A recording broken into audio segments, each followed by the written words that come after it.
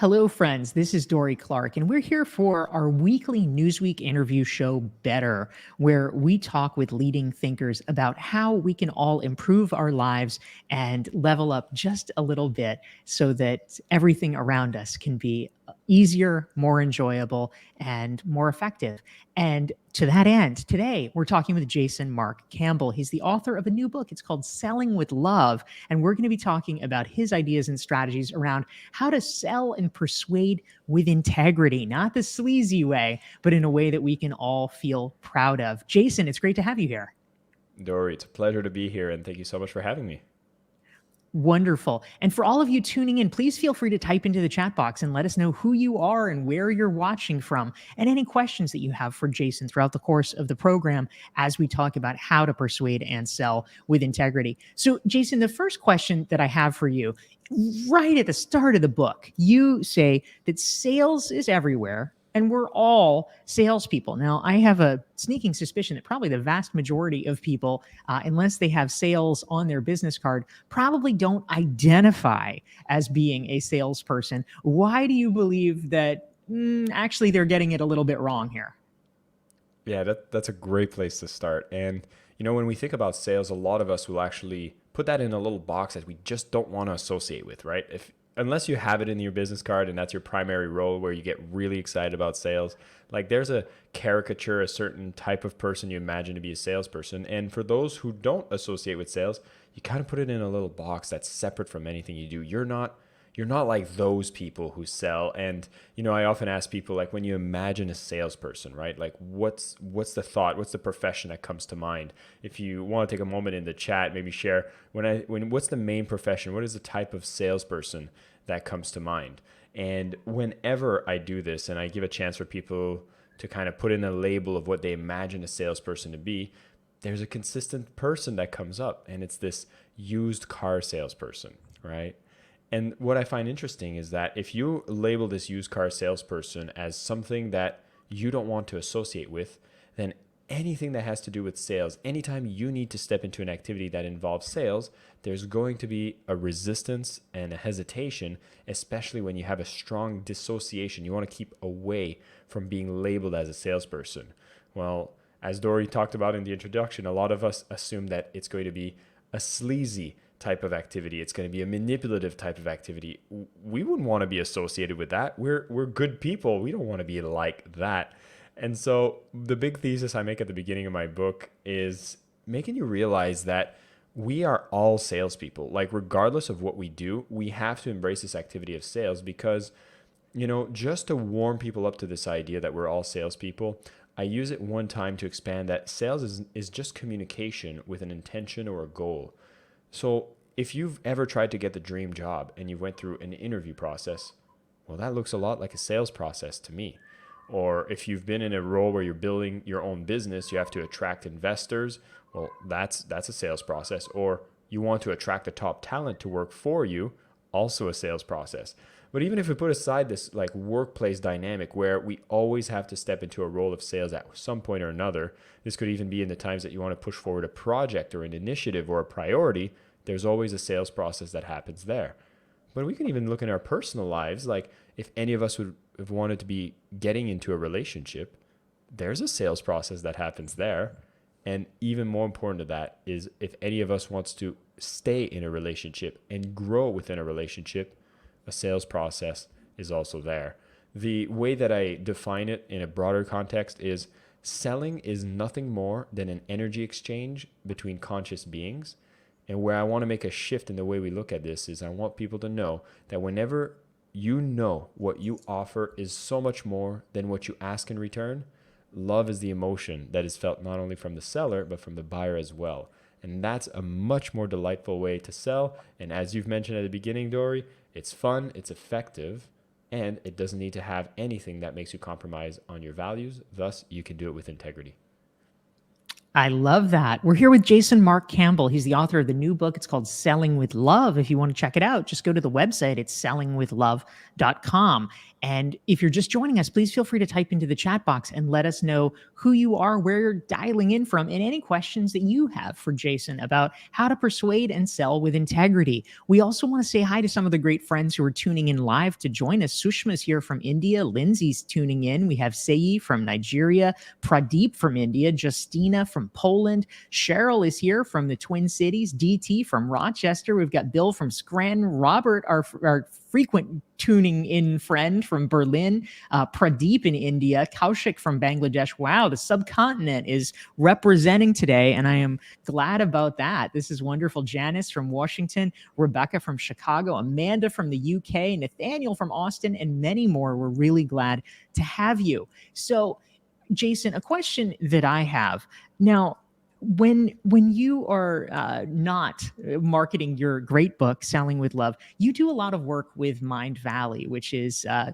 sort of holistic wellness organization. You host programs for them, and I was taken with a phrase you used a moment ago. You said, if you're doing it right, sales is an energy exchange among conscious beings.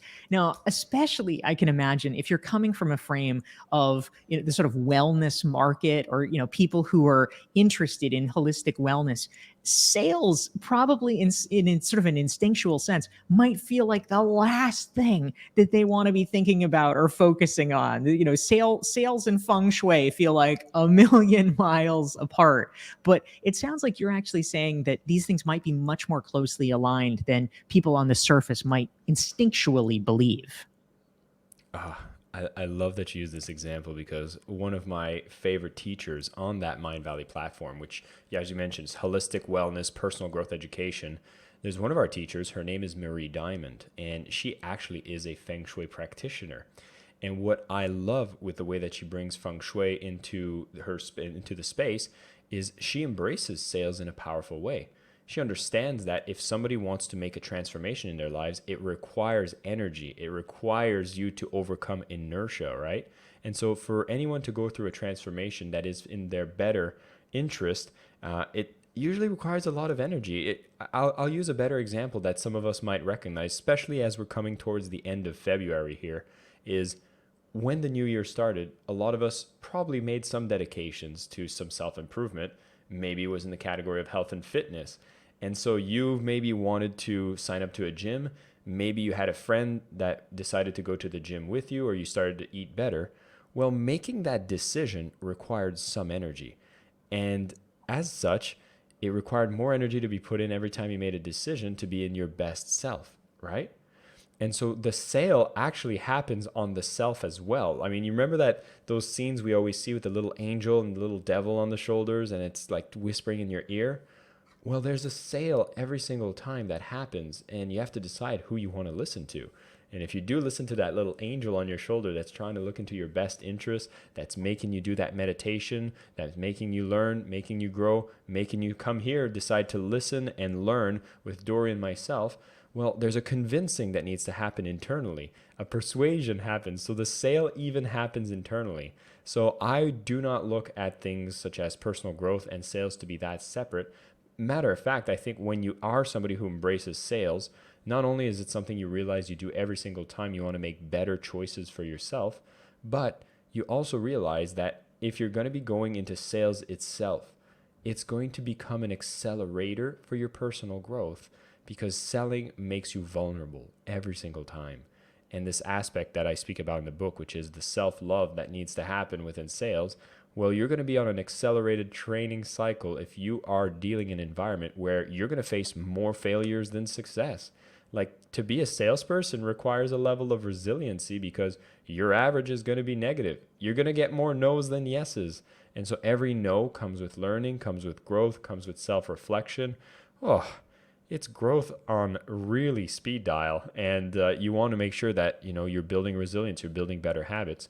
And if you look at some of the best salespeople, they do integrate so many practices within personal growth to be at their best self, because they can see the results on a very tangible way. And I think that's one of the beautiful things about sales, is you can really measure the impact of any practice you bring into your life that makes you better in the way that you feel, and it directly translates on how you communicate with others.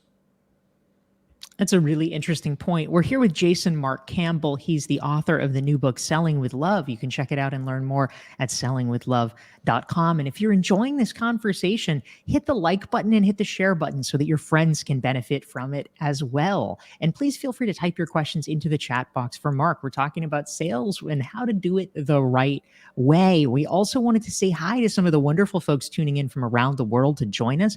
Adnan is here from Turkey. We've got Shalita. We've got a LinkedIn user from Normandy. Suman's here from London. We've got a LinkedIn user from joining from Zurich. Jason is in New Jersey. We've got Ann Hammonds joining us. Siri Carm from Massachusetts. Nancy from Massachusetts also. She's in Boston. We've got Aiko from Los Altos. We've got RT joining us. We've got Ruth from New Jersey. We have a LinkedIn user from Atlanta.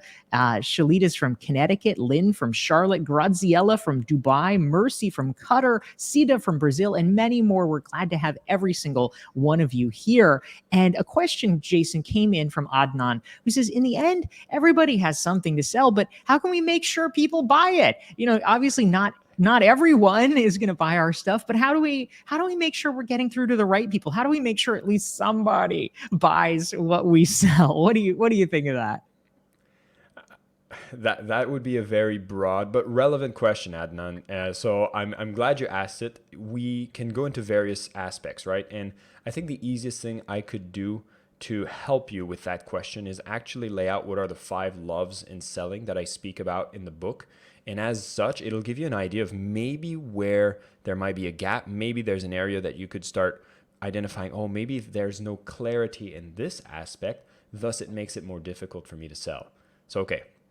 It's not a big secret. Here's the 5 loves in selling.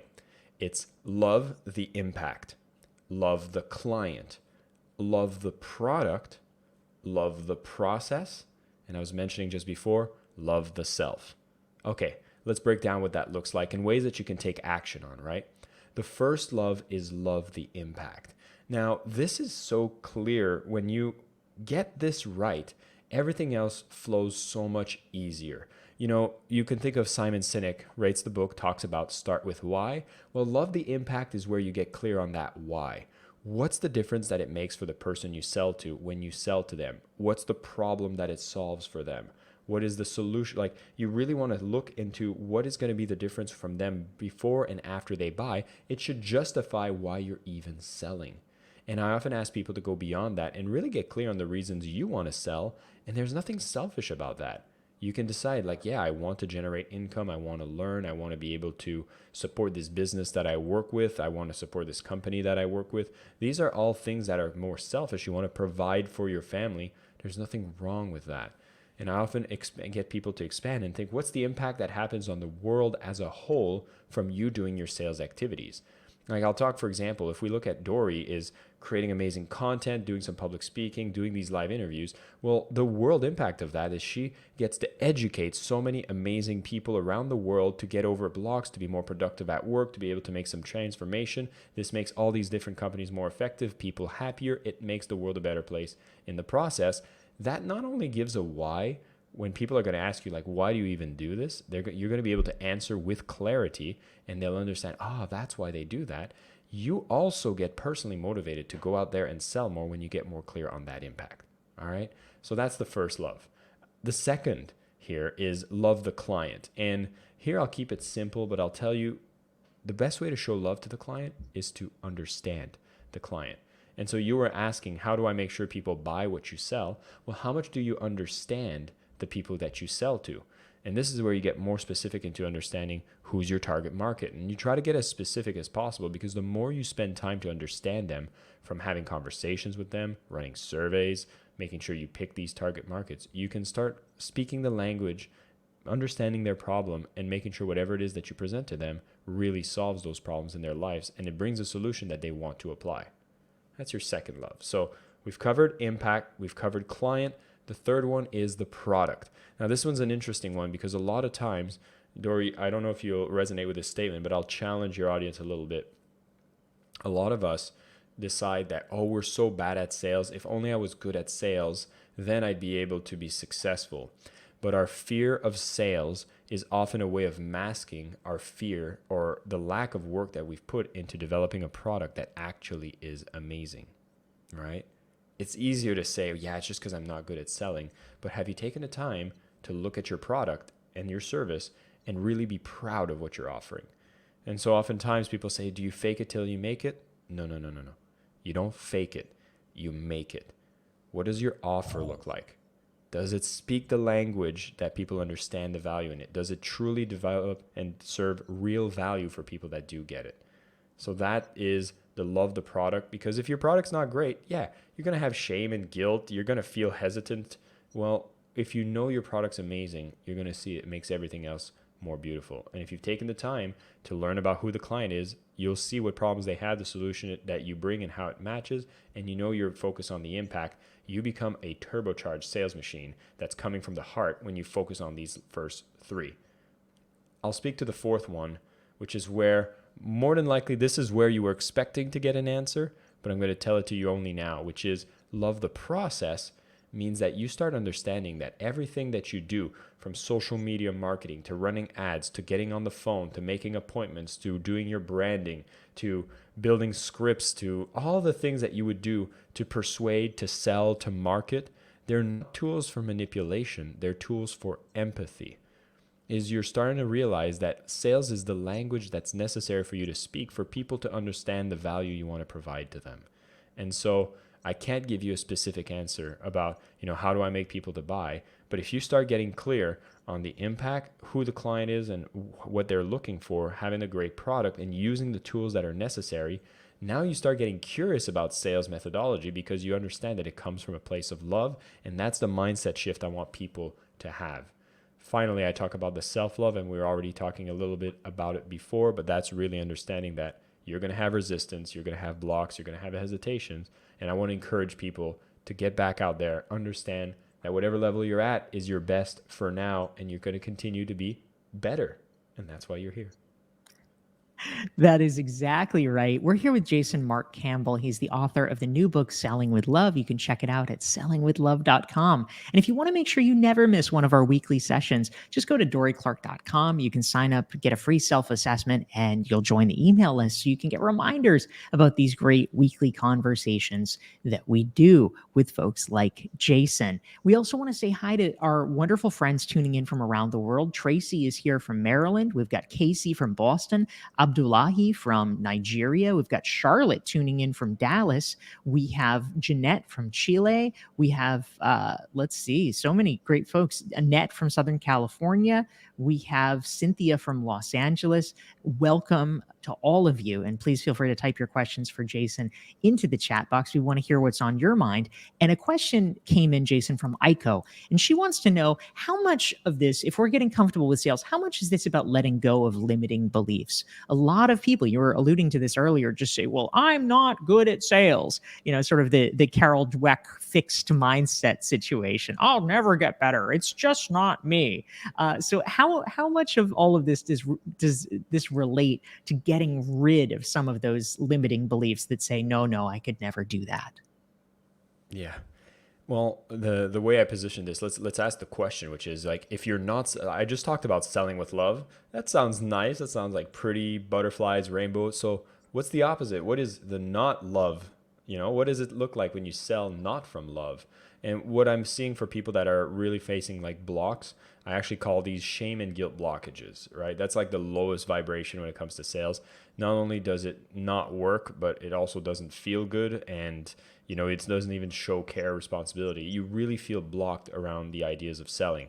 If you need to pick up the phone and make a cold call, that sounds terrifying and you'll do anything else. I'm going to go work on my logo. I don't want to go make some sales. I'm going to go find something else to keep busy to ensure that I feel like I'm doing something, but I'm not doing what is the necessary thing to bring revenue, to bring profit, to bring the lifeblood into the business, right?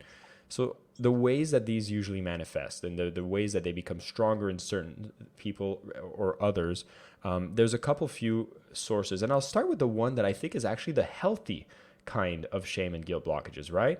Like if you're selling a terrible product to the wrong people, you should feel a bit of shame, guilt blockages. You must be like, oh my God, every time I sell this, it feels awful. These people don't get transformation and it's just not right for them. I wouldn't sell this to a family member that I like. Maybe you'd sell it to a family member you don't like, but let's focus on a family member that we do like, right?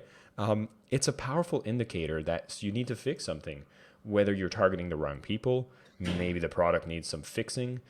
There's some clarity that needs to happen there. And that's the useful part of that energy, is because it can make you correct. Because, I speak about the definition of sales that I give in my book is an energy exchange between conscious beings.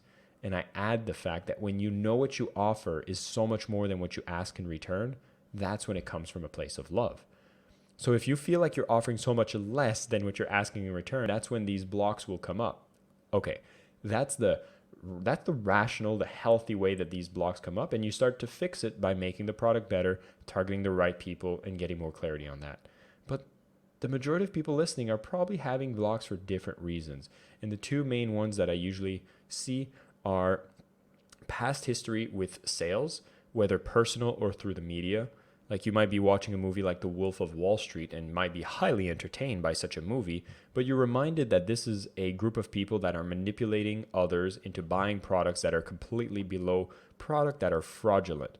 Well, you wouldn't want to be one of the people that are like that. So any type of activity that makes you associate with doing that might actually be holding you back. And you're like, oh my God, I don't want to be selling penny stocks with manipulative scripts. Everything that touches sales is going to put me in that category. I don't want anything to do with it. So we need to dissociate ourselves from it. Or, as we mentioned earlier, if you had a personal experience with a car salesman and then there was a negative experience, again, you don't want to use any tactics that would put you in the same identity as that. And so I often, quote some work from, James Clear, who speaks about in his Atomic Habits how identity plays a powerful part in building the habits and the activities that we do. Well, realizing that your favorite people in the world, the most impactful people in the world, they understand sales and they all sell in their own way. Just because you've seen salespeople, which more than likely you've been encountering negative salespeople because it's an unregulated industry, and so your chances of encountering a subpar salesperson is quite high. Well, that doesn't mean you need to sell like them. You can sell like the people you look up to, and you can integrate a style that works for you. There's some techniques and processes you can learn that make you effective, but you still want to do it your way with integrity. That's why we're here. The final place that I want to point people's attention to is, even when you look at professional salespeople, their rates of following up is extremely low. We have so much resistance to follow up. We don't want to be annoying. And this is where, the background in personal growth makes me aware of how our childhood beliefs mold our behaviors into adulthood. And if you can think of this phrase, which I'm sure a lot of you may have heard before, which is, no means no, stop asking. In the times that we're children and we're completely useless salespeople, we're shameless. We keep asking, but we don't care about the person we're selling to. If you want something, you just keep asking. You keep using the same method. Please, please, please. You just keep going. As a parent, you got to put the foot down and you got to say stop. And if you've ever had that conversation with your child and then you've said, like, no means no, stop asking, it's by no coincidence that as adults, we fear this rejection, this idea that being too persistent is going to lead to pain. It's an experience we had at a young age. And of course, if you're somebody, and for those who are sharing, Rebecca, thank you for sharing. If you have this terrible fear of being annoying, this is more than likely where it comes from. And I would want to reassure you that people aren't paying attention to your message that you reached out to as much as you're paying attention when you're putting it out there. And so a lot of times right now, the biggest things we need to do as salespeople is try to get people's attention, and we want to earn their trust. And to get attention, sometimes you have to go above and beyond to interact with them, reach out and put yourself in front of them, knowing that, yeah, you might be annoying, but that's way less important than the difference that you can make to the people that truly need what you offer, and you need them to find out that you exist. And that's why you need to go out there, identify these people, reach out to them, find the effective ways to be able to reach them, because they need to hear from you. And that's why you do what you do. That's why you start with loving the impact. So good. We're here with Jason Marc Campbell, the author of the new book, Selling with Love. Check it out at sellingwithlove.com. And Great comment came in from Jason, who obviously is really relating to what you're saying here.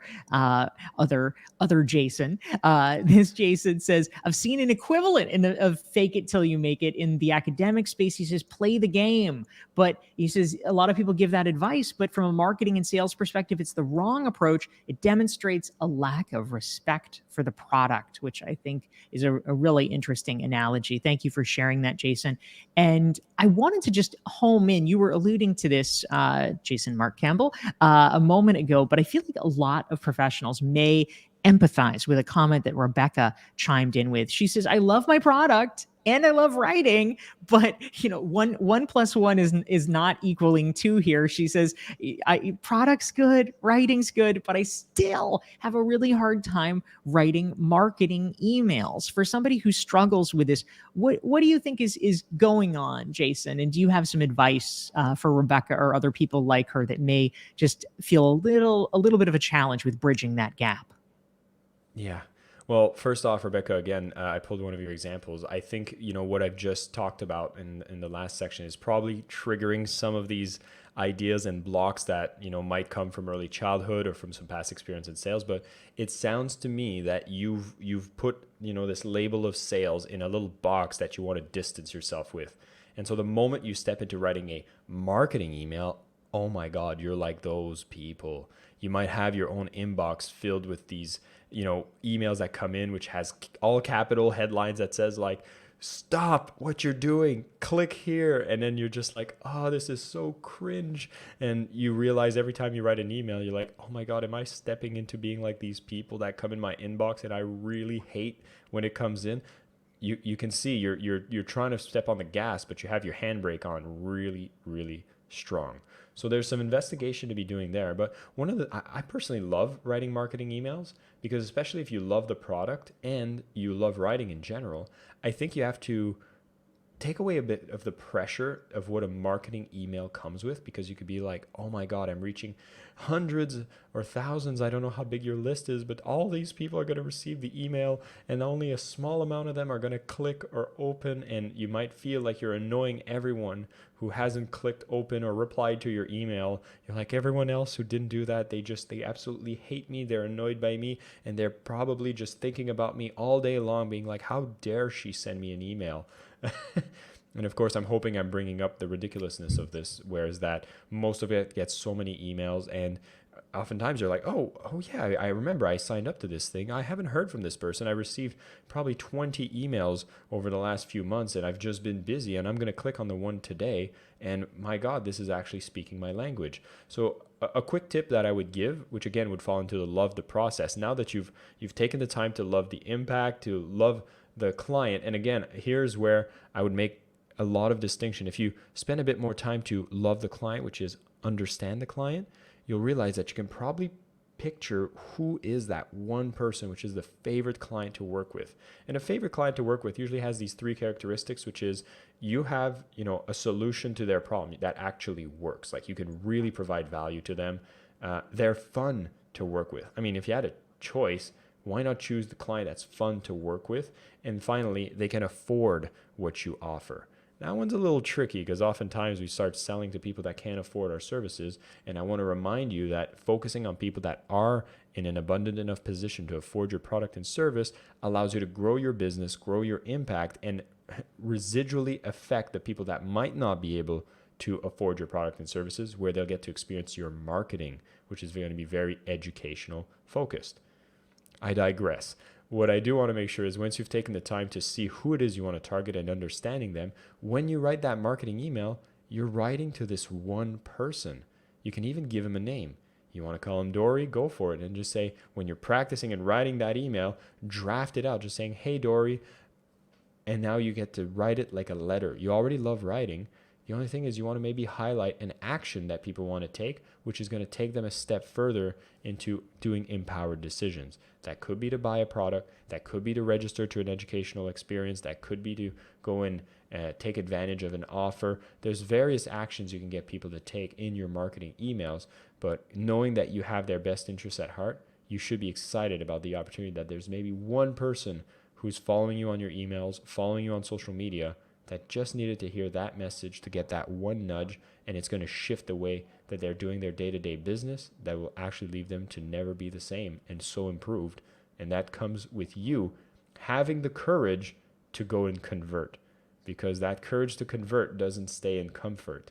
You're going to need to overcome it. And the rest is going to be practice. So good. We're here with Jason Marc Campbell. His new book, Selling with Love. You can check it out at sellingwithlove.com. Jason, we're in speed round. I think we have time for possibly one more super brief question. And we had a specific use case come in from Cynthia that I wanted to share. I think probably a lot of people have been there. This is about the reluctant client. You know that somebody needs something, but they're not really clued into that. Cynthia says in her case, what if a client has never done social or digital, and it's the 21st century, they need it, but they are old school? How can you get over that hurdle with a client that just doesn't know that they need the thing that you're selling? What would be your quick advice to Cynthia and to people like her? Yeah, I'll talk about the general role of a salesperson, how it's evolved since the birth of the internet. I mean, you're aware of this. You work in the digital space. The role of the salesperson before was the gatekeeper of information, right? And you would want to get any kind of a pricing on a car. If you'd walk the lot, then they were the ones that knew what the price was, and they'd have like a blue book, and they'd look at the blue book and be like, yeah, the blue book says that it's this much, so I'm going to make you a deal.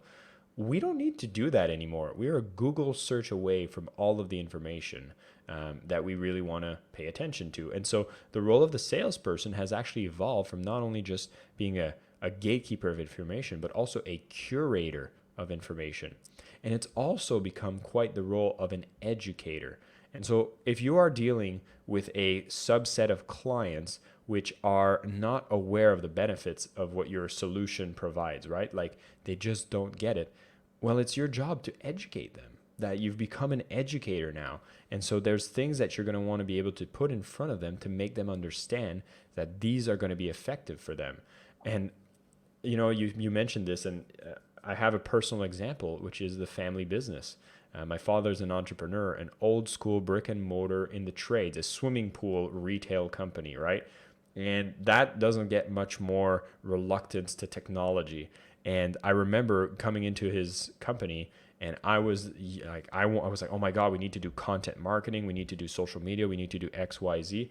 And they would say, no, we only do word of mouth. We don't need any of that. At this point, it depends on how motivated you are to convince that person otherwise. In my case, I became impatient, which gave some benefits, but also had some backlash.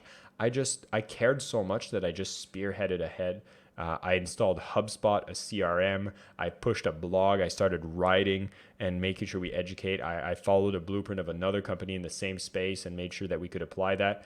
And then they started having more streamlined sales processes, and they love it. And it allowed the company to be ready when COVID hit and you couldn't walk into a store. They were the number one people coming up to be able to purchase online and to have a process where you didn't need to walk into a store. You could do everything digitally, and they were glad that it was in place.